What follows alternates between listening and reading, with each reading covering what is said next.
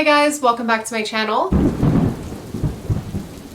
So in today's video, I am going over some of my most anticipated new releases of 2023. These are going to be horror and thriller mainly, and these are some books that I am interested in reading in 2023. So this isn't like a full list, it's just like based off of the books that we've seen so far that are supposed to be releasing. So a bunch of these are in January, and then most of them are towards the beginning of the year because we don't really know fully like what's coming out yet for the entire year. So I'm definitely going to be filming a part 2 and part 3 to this video as we go along in the new year. You know, I'm sure like as the year goes on, we're going to find out more and more books that are being released, as well as like new extreme horror books, because those just kind of pop up out of nowhere, at least as far as I know.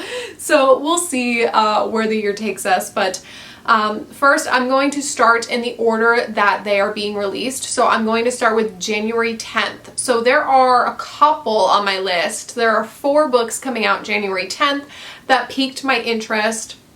And the first one is Bad Cree by Jessica Johns. I'm losing my voice already. So I'm pretty sure this is a debut author, correct me if I'm wrong, but this one has something to do with birds. Like she wakes up and there's a crow, like a severed crow's head on her lap, and now she's having these weird dreams. So this says, night after night, Mackenzie's dreams return her to a memory from before her sister Sabrina's untimely death. So it says, when the waking world starts closing in, a murder of crows stalks her every move around the city, and she wakes up from a dream of drowning, throwing up water, and gets threatening text messages from someone claiming to be Sabrina. Mackenzie knows this is more than she can handle alone. But what really happened the night at the lake, and what did it have to do with Sabrina's death? So there's just like, she's having these weird dreams and trying to basically uncover what happened to her sister. I don't know if it was like a cold case or a murder or whatever, but this kind of sounds like a horror thriller maybe? I don't know. We'll see. Then we have Just the Nicest Couple by Mary Kubica. I fucking love Local Woman Missing, so I'm so excited to check out this new release. I know her books are kind of hit or miss, but this one is a thriller, if you couldn't guess. So this one is about a man named Jake who goes missing, and so his wife is desperate trying to find him. And here, like one of his coworkers and her husband, they were the last ones to see him alive, but they decided to keep it a secret because they don't want anyone knowing this information, especially his wife. So that's all we know going in, very vague synopsis, and it kind of sounds like a messy drama type thriller. I don't know, we'll see. What are they hiding? I don't know. We have to wait until January 10th to find out. Then we have another thriller, All the Dangerous Things by Stacey Willingham. I already have this book. It was a book of the month pick for December. So I got it early, still haven't read it, probably won't read it for a while. I forget what this one is about. Stacey Willingham wrote A Flicker in the Dark, and that one was okay for me. I liked it. I don't think it was anything that you need to like run out and go read. I know a lot of people loved it, but to me it was just average. And this one, it has something to do with a missing child. Yeah, it's giving me like The Couple Next Door from Sherry Lapena. Is that how you pronounce her last name? Vibes. Something about a missing toddler. It says Isabel's entire existence now revolves around finding him, but she knows she can't go on this way forever. She agrees to be interviewed by a true crime podcaster, but his interest in Isabel's past makes her nervous. He is constantly questioning her, and she's paired with severe insomnia, so she's having all these memories from her childhood brought up. It seems interesting. I don't know how I feel about the podcast element in books anymore. Like, I just feel like it's so overdone all the time in thrillers. I don't know if that's an unpopular opinion, but I've just been seeing so many thrillers with podcast elements that it's starting to drive me nuts. So I think this one has a podcast element. I don't know. Let's look. I mean, it's just all text, so I don't know. We shall see. Next is The Nightmare Man by J.H. Market. This is a horror book. So this is about a man who is writing this horror book, and he's staying at this, it says their ancestral home. So he is writing this book called The Scarecrow, and the things that he's writing in the book start to come to life in real life. So it says there's a detective, which I don't like detective points of view, so I don't know about this, but it says that a detective arrives at the scene of a gruesome murder. The family was butchered and bundled inside cocoons stitched from corn husks and hung from the rafters of a barn, just like they were in the book. So yeah, we'll see. It sounds like it's gonna have a detective point of view, which is not my favorite. Some of these I might kind of wait on and see where the reviews lie, because I'm not like a big detective person in the book. The premise of that one sounds super interesting, but I don't know if the execution is going to be my thing. So I'm gonna wait and see where the reviews fall for that one.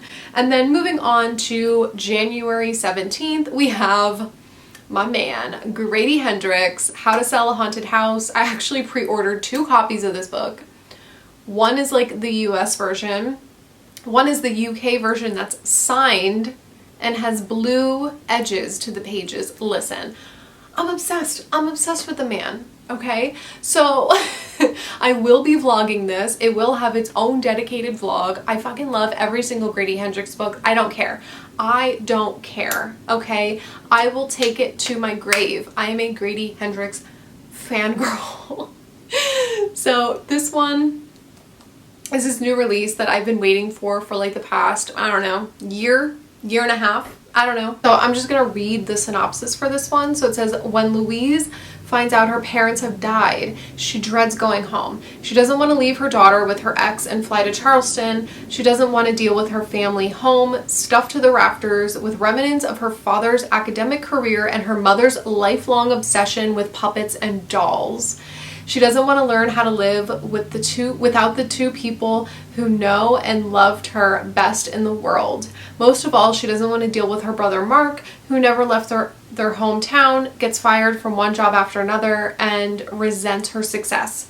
Unfortunately, she'll need to help get the house ready for sale, because it'll take more than some new paint on the walls and clearing out a lifetime of memories to get this place on the market. But some houses don't want to be sold, and their home has other plans for both of them. And it says how your past and your family can haunt you like nothing else. So haunted dolls, haunted past, love it already. I love it. The other one for January 17th is Shards by Bret Easton Ellis. This is supposed to be like a, you know, thriller, horror-ish book. It's just like your typical Bret Easton Ellis, I guess. I'm obsessed with American Psycho, so I can't wait to read more from him. This is the only other one aside from Grady Hendrix that I pre-ordered so far on this list. Also, I'm getting Bad Cree in one of my like subscription things, but yeah, those two I'm like definitely getting. So this one, it sounds interesting. It's really long. It's 608 pages, but I just can't wait to read more from him. It's set in a fictionalized town in Los Angeles in the 1980s. So it says, as a serial killer begins targeting teenagers throughout the city. So this is about a 17-year-old kid named Bret Easton Ellis, Bret, but he's a senior at this prep school, and a new student arrives with a mysterious past. He's like popular and funny and handsome, I don't know, and Bret becomes like obsessed with him. And they become friends, and Now he's noticing there's a serial killer on the loose who seems to be drawing even closer to Brett and his friends, taunting them, and Brett in particular, with grotesque threats and horrific, sharply local acts of violence. What? Can he trust his friends or his own mind to make sense of the danger they appear to be in? He spirals into paranoia and isolation as the relationship between the serial killer and Robert, his new friend, hurtles toward collision. What does any of this mean? I don't know. I am so intrigued. I can't wait. I can't wait to read that one. So yeah, that one is pre-ordered. Then on January 24th, I have 2 books listed. The first one is episode 13 by Craig DeLuey. I read Suffer the Children this year. Absolutely loved it. So I cannot wait to read more from Craig DeLuey. So this one's like already on my radar because I do really like his writing. But this one is kind of like a ghosty paranormal type book, which aren't my favorite. So we shall see, but I know a lot of people have really been hyping this one up. So this one is about this TV show called Fade to Black. It's the newest hit ghost hunting reality TV show. So it's this husband and wife and their team. They go on, weekly ghost hunting expeditions. What am I trying to say? So it says episode 13 takes them to every ghost hunter's holy grail, the Paranormal Research Foundation. So it's this mansion that holds secrets and clues about bizarre experiments that took place in the 1970s. It's famously haunted and the team goes there to prove it. But as the house begins to reveal itself to them, proof of an afterlife might not be everything Matt dreamed of. A story told in broken pieces, tapes, journals, and correspondence. This is the story of episode 13 and how it went terribly wrong. Sounds intriguing. Paranormal stuff in books is not my favorite, but this one sounds super intriguing to me. We'll see. I might have to buy that one. That one sounds really good. And the other book I have is All Hallows by Christopher Golden. This one is about Halloween night in 1984 in Massachusetts.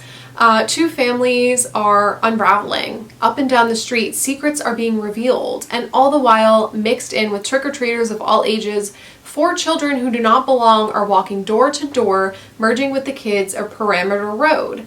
Children in vintage costumes with faded, eerie makeup. They seem terrified and beg the neighborhood kids to hide them away to keep them safe of the cunning man. There's a small clearing in the woods now that was never there before. A blackthorn tree that doesn't belong at all. These odd children claim that the cunning man is coming for them, and they want the local kids to protect them. But with the families falling apart and the neighborhood splintering, who will save the children from Perimeter Road? Sounds super intriguing. I wish this one was coming out on Halloween or like in October, because it's like about Halloween and it comes out in January. But anyways, this one sounds like a good one. I'm intrigued by this one. It just gave us enough little bit of a mystery there, Okay, so last one in January is January 31st, The Drift by CJ Tudor. Now, at the time of filming this, I still have yet to read The Burning Girls. I have not read a CJ Tudor book, but I have high hopes. But yeah, I'm actually starting The Burning Girls next at the time of reading this. I don't know about when this will be up, so yeah. This one is about Hannah, and Hannah wakes up from a car crash. So she wakes up and she was in this boarding school. So it says evacuated from a secluded boarding school during a snowstorm. Her coach swerved off the road, trapping her with a handful of survivors. They'll need to work together to escape with their sanity and secrets intact. That's me. Meg awakens to a gentle rocking. She's in a cable car stranded high above snowy mountains with 5 strangers and no memory of how they got on board. They are heading to a place only known as The Retreat. But as the temperature drops and tensions mount, Meg realizes they may not all make it out alive. Carter is gazing out the window of an isolated ski chalet and him and his companions call home. As their generator begins to waver in the storm, something hiding in the depths threatens to escape, and their fragile bonds will be tested when the power finally fails for good. The dangers faced by Hannah, Meg, and Carter are each part of the puzzle. Lurking in their shadows is an even greater danger, one with the power to consume all of humanity. So, like, mysterious. I need to know what is going on. This one sounds so freaking good. And then moving on to February, I only have one listed for February, and that is Gothic by Philip Fracassi. I'm so bad with names. I actually think I have him on this list twice. Never read anything from this author before. We'll get into that. But this one, so this one, it says, on his 59th birthday, Tyson, a famous but struggling horror writer, receives an antique desk from his partner Sarah in the hopes it will rekindle his creative juices, perhaps inspire him to write another best-selling novel. And it says, a mysterious woman makes inquiries with her sources around the world, seeking the whereabouts of a certain artifact her family has been hunting for centuries. With the help of a New York City private detective, she's finally finding out what she's been looking for. It's in the home of Tyson. Meanwhile, Tyson begins to use his new desk, but he begins acting strange, violent. His writing is more disturbing than anything he's ever done before, but publishers are paying top dollar, convinced his work will be a hit. Tyson will do whatever it takes to protect his newfound success, even if it means the destruction of the ones he loves, even if it means his own sanity. Sounds interesting. In March, I have two books listed. The first one comes out March 7th, and it is a thriller. It's The Kind Worth Saving by Peter Swanson. This is basically part 2 to The Kind Worth Killing, aka the only Peter Swanson book that I've ever liked. So I don't know how this one is going to be. He's not like a favorite author of mine, so I'm gonna hold out on this one until I hear some reviews. But this one, I don't know how closely linked it is to the first book, because when I read the description, it didn't really sound like the first book to me, so I hope it's not a flop. But it says, there was always something dangerous about Joan. So when she turns up at private investigator Harry's office asking him to investigate her husband, he can't help but feel ill at ease. Just the sight of her stirs up a chilling memory. He knew Joan in a previous life as a high school teacher when he was at the center of a tragedy. Now Joan needs help proving that her husband is cheating. But what should be a simple case of infidelity becomes much more complicated when he finds out that 2 bodies in a suburban home with a for sale sign out front are found dead. He suddenly feels like the past is repeating itself and he must go back to uncover the truth. I don't know, does this sound anything like the first book? So it looks like maybe some of the characters from the first book are in the second book, but it doesn't really sound like they're all that related. So I don't know. We'll see about that one. Then March 28th, I have a T. Kingfisher book, The House with Good Bones. This is, of course, a horror book. And this one's kind of short. It's like 250 pages. So this just says, Mom seems off. Her brother's words echo in Sam's ear when she turns into the quiet North Carolina street with her mother, where her mother lives alone. Brushes the thought away as she climbs up the front steps. Sam's excited for the rare extended visit and looking forward to nights with just the 2 of them, drinking box wine, watching murder mysteries, and guessing who the killer is until the characters figure it out. But stepping inside, she quickly realizes home isn't what it used to be. Gone is the warm, cluttered charm her mother is known for. Now the walls are painted a sterile white. Her mom jumps at the smallest noises and looks over her shoulder even when she's the only person in the room.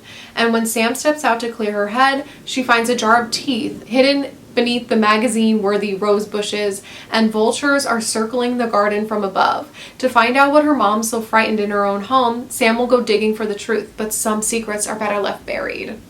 Then in May, jumping forward to May, the rest of my list is just kind of all over the place. So next I have Belith Station. This comes out May 9th, and it's by Samantha Kolesnik and Brian Smith. They did a little duo book together. I love, love, love, love Samantha Kolesnik's writing. It's stunning. This is, I'm assuming extreme horror, since she is an extreme horror author. So this one says, Bella Station has seen better days, days long since lost to time. A tiny dot on the map beyond a 2-hour drive to any one city. It's a forgotten place, all except for the unfortunate souls who were born there, folks barely hanging on and can never leave. Bella Station was once a thriving town in the Pennsylvania mountains, but ever since the Medallion paper mill closed, things haven't been the same. Now the town's inhabitants, descendants of the old mill workers, make do in the industries that are less than savory, and what remains of the mill is just a vacant haunt where bored teenagers like to wander at night, either hoping to scare the piss out of their buddies or looking for a quiet corner to get laid. Newly in love outsiders Krista and Nick have seen better days too, but now that they've ended up in the seedy town of Bethel Station, where untold horrors await. I don't really know where this is gonna go. I don't really know, even after reading that description, kind of like what it's about, but I'm sure it's going to be stunning because everything that Samantha Kolesnik writes is stunning and I'm obsessed. Jumping into June 6th, I have, look at this cover, stunning, Maeve Fly by C.J. Lead. I don't know, the cover alone is just stunning. This one says, by day, May Fly works at the happiest place in the world as every child's favorite ice princess. By the neon night glow of the Sunset Strip, Maeve haunts the dive bars with a drink in one hand and a book in the other, imitating her literary heroes. But when Gideon Green... Why do these sound like such bizarre names? When her best friend's brother moves to town, he awakens something dangerous within her, and the world she knows suddenly shifts beneath her feet. Untethered, Maeve ditches her discontented act and tries her new persona, bolder, bloodier, inspired by American Psycho. Love that. Step aside, Patrick Bateman. It's Maeve's turn with the knife. Okay. Anything that mentions American Psycho, I have to read. Also, Grady Hendrix reviewed this. It says, Maeve oozes enough angst to drown the world. Love her. She's my hero. Okay, so I'm refilming the ending of this because I just realized that I had mascara all over underneath my eye, and I'm sure you've seen it. I don't fucking care. I mean, like, I care enough to, like, refilm the ending because it looked really bad, but I don't care enough to refilm the entire video because... like, we're here for books, not my makeup. So, anyways. June 20th, we have the new Riley Sager book, Listen. I have a love-hate relationship with this man. We will see. I'm gonna vlog it. I might have to go on another fucking rant. We'll see. I might end up loving it. I hope I love it. We'll see. But it's a Lizzie Borden retelling set in 1929. I mean, it's just everyone's like, oh, she killed her family, she did it, and then the cops and everyone doesn't have any solid proof or evidence that she did do it. So that's all that this one is about. I'm hoping it's good, but it's another, like, you know, female main character, and we all know he does not do a great job at writing his female main characters, but we'll see. We'll see. I don't know. I don't know where this one's gonna go. And then in July, on July 11th, that other Philip Francos, what am I trying to say? Philip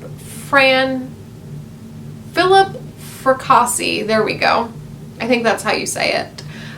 This one seems like it can go either way for me. Like, it might be something that I really like, it might be something that gets really crazy, or it might be something that's not really for me with, like, the paranormal aspects. But it is called Boys in the Valley. It's a horror book, and it's about this orphanage, St. Vincent's Orphanage for Boys in Pennsylvania. Everything always takes place in Pennsylvania. Everyone thinks that this whole state is haunted.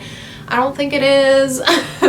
But it says, here under the watchful eyes of several priests, 30 boys work and learn and worship. So it says, you know, a lot of people like Peter, an orphan who was there because a nighttime murder happened in his childhood home. So, you know, he made a new life. Everyone's having new friends and family and a future. And then one stormy late night, a group of men arrive at the door, one who is badly wounded, his body covered with occult symbols carved into his flesh. Upon his death, an ancient evil is released that infests St. Vincent's and the children within. Soon the boys start acting differently, forming groups and taking sides. This sounds like it could get really crazy and be intriguing, or it sounds like it could be like a dud. We'll see. But it sounds intriguing. Then the last book that I wanted to talk about comes out in July, on July 18th. It's Silver Nitrate by Silvia Moreno Garcia. This is the author of Mexican Gothic that I finally got around to reading this month. So we'll see. I mean, that book was so, you know, I don't know how I'm gonna feel about this one. We'll see. I'm willing to give her another chance.